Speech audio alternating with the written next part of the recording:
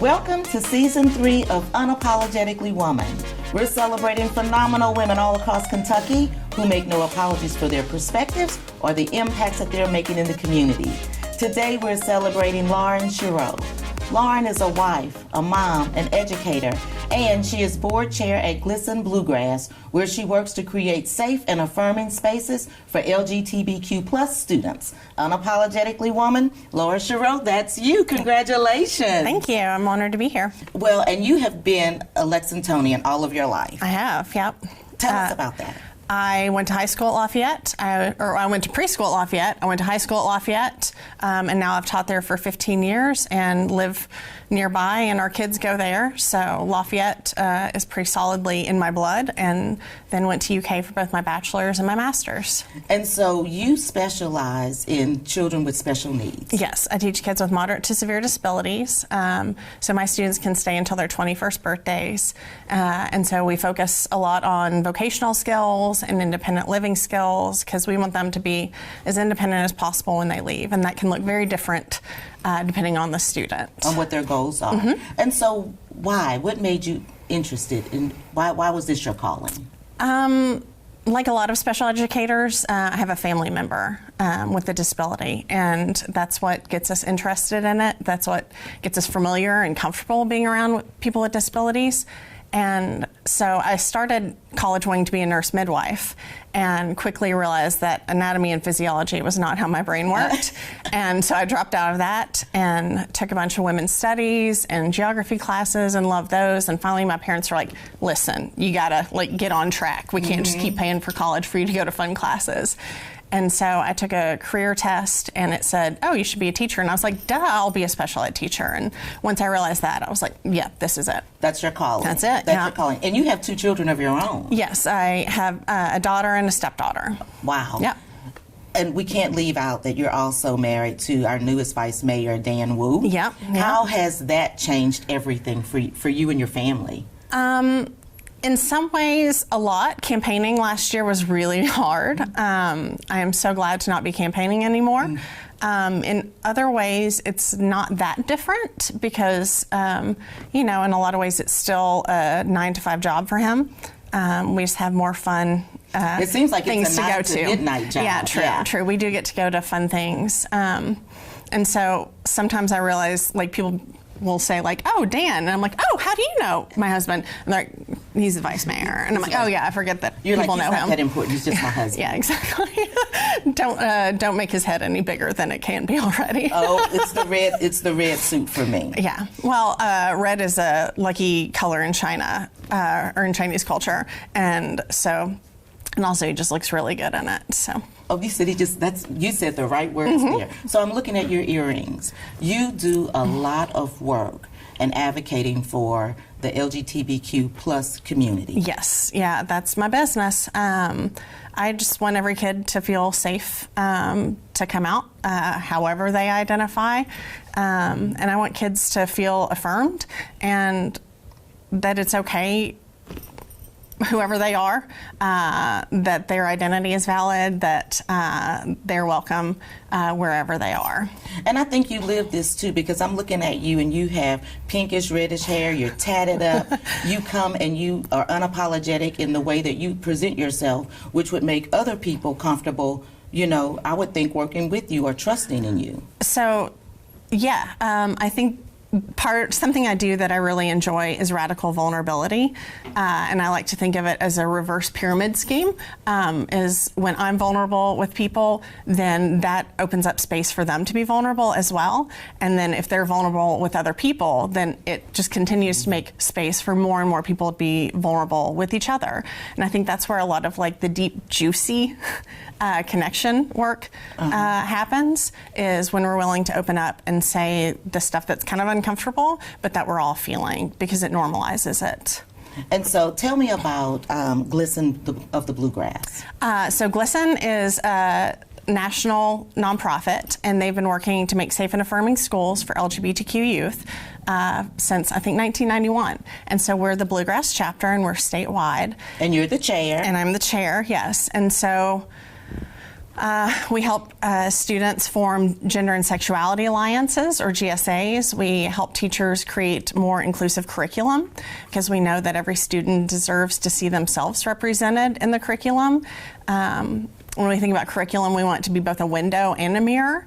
We want people to be able to see themselves represented, but we want other people to see we want students to see other people represented, so they have exposure to people who might not be like them.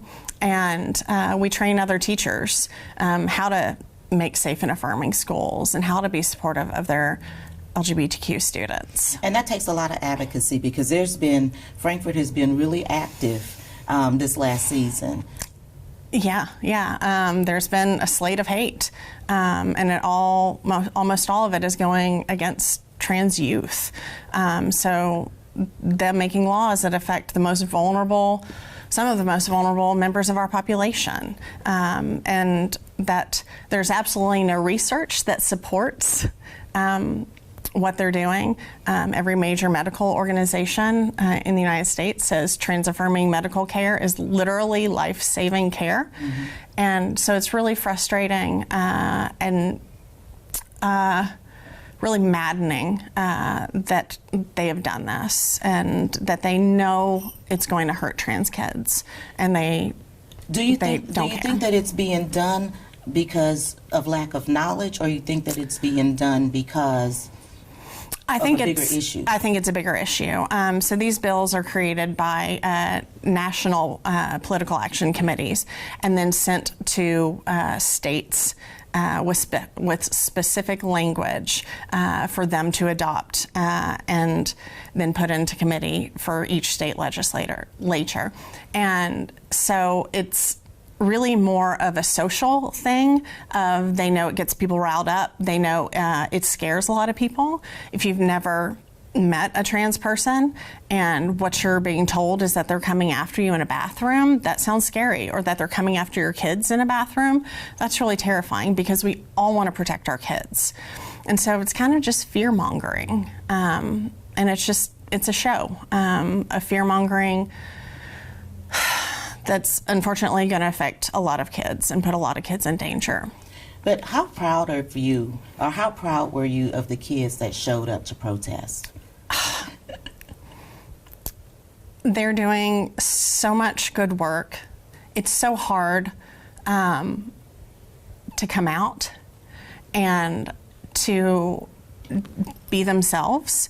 There's a lot of different ways that people can transition and be out. There's legal, changing your name. There's physical and medical of hormones and surgery. Mm-hmm. And then there's just the social coming out of saying, hey, I want to use these pronouns, and I want to be called by this new name. And so that's a lot of times one of the hardest ways to come out, is just the social of taking that initial step.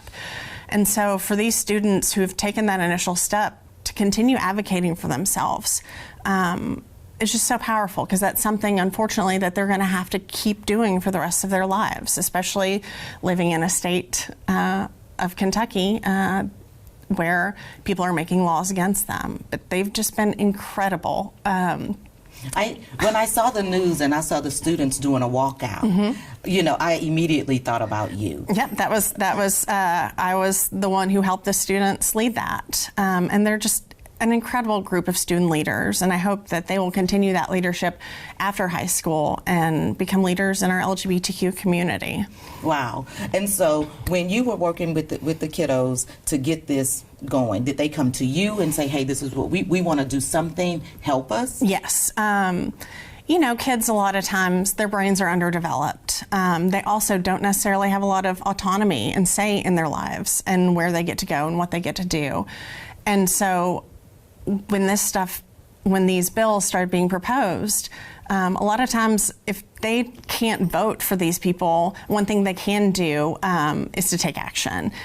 So they're doing the things that they are able to, like leading walkouts and going to the Capitol and protesting there. So again, I'm just so proud of them. And yeah, they did an incredible job at Lafayette. I think we have around 2,400 students, and we had probably between 900 and 1,000 of those students come out for the walkout. And, you know, high school kids, like I said, underdeveloped brains, sometimes they act foolish, and everybody was really respectful at the walkout. Well, you never know really what you're going to get with students. Exactly. You never know. But if you're saying that you had about 900, so that means that there had to be support from other students that don't identify. Oh, absolutely. Yeah, absolutely. There are a lot of students acting in allyship with our kids, with our student leaders, and with our LGBTQ kids, and lots of teachers acting in allyship as well. Lafayette's always been really, really good about that.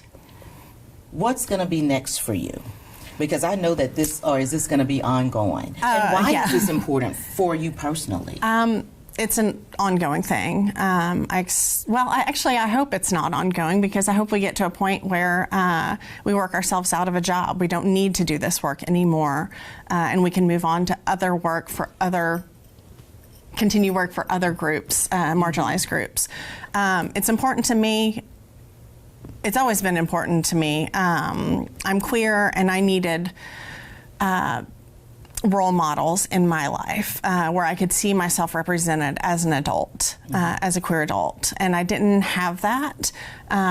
So I do it because I want kids to see themselves in adults and in other adult leaders. I also do it because my daughter's trans, and I have to ensure that she's safe.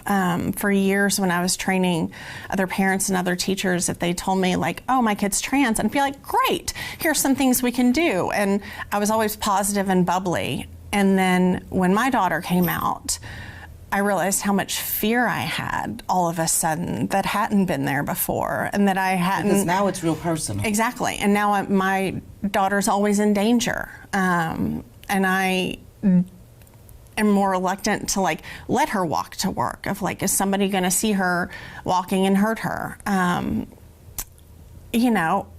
It just shifted my perspective of what it's like to have a trans kid. So seeing my daughter dress up in a skirt and knee highs, and where she is feeling cute and feeling joyous.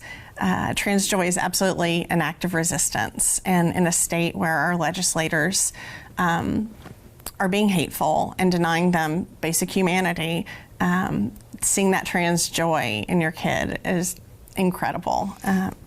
Because I'm a mom too, and the main thing that I want for my kids are for them to be happy and to be at peace with who they are. Absolutely, yeah. And going back to what I said about how difficult it is to come out initially, and think about how brave that is. When you come out, whether it's to a teacher or to your parents, you're putting yourself in a dangerous position. Because parents don't always respond. Absolutely. And so one of the most dangerous things about SB 150 is that if students come out to teachers, that teachers are supposed to let parents know. And the current guidance from Kentucky Department of Education says that you do not out a student to their parents without their explicit permission. And it's easy to think that, oh, that's just a matter of trust. But it goes so much farther than that, and it's so much more about safety. Because if a student isn't out to their parents, they know their parents better than we do as teachers. And so there's probably a good reason they haven't come out to their parents, because it doesn't feel safe. And research suggests that trans kids have significantly higher levels of homelessness from getting kicked out. And if a student doesn't have a permanent address, if they don't have a way to launder their work uniform, how do they get a job? How do they keep a job? What skills does a teenager have to get a job that can support themselves? They often don't have those resources. And so what work can people always do? Survival sex work. And that comes with a whole host of other traumatic things that start a lot of adverse experiences and lead trans kids down a road that's not healthy. And so not outing students to their parents is a big deal. It's a big deal, and it's all about safety. Absolutely. So when you're not working, you have a doll closet. Tell me about that. Tell me about these creepy dolls that you have. So, turns out Facebook Memories told me that it was 7 years ago yesterday that Dan and I were coming back from Ohio, and we stopped by this rural flea mall, and I found this like 3-foot tall Patty Play Pal, and it had a home haircut, and you can tell it had been very well loved by some child. And so I got it, and I thought it was super fun. And then like a week later, I found another doll, its same size, on the side of the road. And so I picked it up, and then all of a sudden... stopped and picked it up? Yeah. I don't believe in hauntings, but if I did, that would have been the start to a horror story. So I picked it up, and then all of a sudden I had these 2 dolls. And so we would pose them, like starting fires and, just doing some fun things. And then people are like, oh, she likes creepy dolls. And so they'd, be cleaning out their grandmother's house and say like, oh, my grandmother had all these porcelain dolls. Here they are. I personally, porcelain dolls don't do much for me. But when somebody says, these are my grandmother's, I want you to have them, you don't say, porcelain dolls aren't my thing. You say, thank you so much. It's so kind of you to think of me. So yeah, people started giving me dolls. And so now I have probably around 50. There's a closet, a walk-in closet in our basement that has a latch and a lock on it. So nobody, now you've got to protect them. Or protect other people who don't like dolls from seeing them. Mm-hmm. Last year we fostered a trans girl, and she was in that guest bedroom basement. And I was like, I don't want something to happen and these doors to just pop open and here's a closet full of dolls. Yeah. Like I said, a horror story waiting to happen. Oh my gosh, that's hilarious. So before we go, I always like to leave the guests with the last word. What kind of advice would you give to young girls, young women, anybody really that's watching, that's looking at you and seeing that you're living your authentic self, and what would you tell them? I would tell them, while they're doing work and advocacy, make sure that they're including everybody, because we know that we don't have justice for one group or liberation for one group without having justice and liberation for all groups. So when we're doing LGBTQ work, we can't just focus on queer folks. We have to remember that people don't live single issue lives, that people don't just exist in their queerness. They have often, if it's a Black queer woman, then there's racism and sexism and homophobia. And so there's these marginalized identities, and we have to make sure that we're addressing all of the marginalized identities and how to work for justice and liberation for everybody. Because, like I said, we can't have justice for queer folks without disability justice and gender justice and racial justice. We have to work for all of it across the board. I think what I'm hearing you say is just love everybody. Yeah, love and advocate for everybody. Mm-hmm. Fight for everybody. Sometimes love's not enough. You got to get out there and fight. That's right. Sometimes you got to fight your friends. Yeah, exactly. Yeah, and call people in. I think that's an important thing of society. We're used to calling people out, but there's also calling in. So if you said something that was offensive, I know you to act in allyship with people. And so something I've learned is being like, hey, can I call you in on something? I know that you often act in allyship with people, and I heard you say this, and here's a better way to say it. And so you're not being like, you're bad, don't do that. You're saying, hey, I care about you. I know that you're trying your best. Let me help you be better. And so call you in so we can all be better, right? Again, that reverse pyramid scheme of let's just make more and more people better. It has been so good to be able to chat with you. Thank you. Today. It's always fun to see you and talk to you. You guys continue to join us as we celebrate and acknowledge other phenomenal women just like Lauren. Do your best to help other people be better. Call people in when necessary. We'll talk to you soon.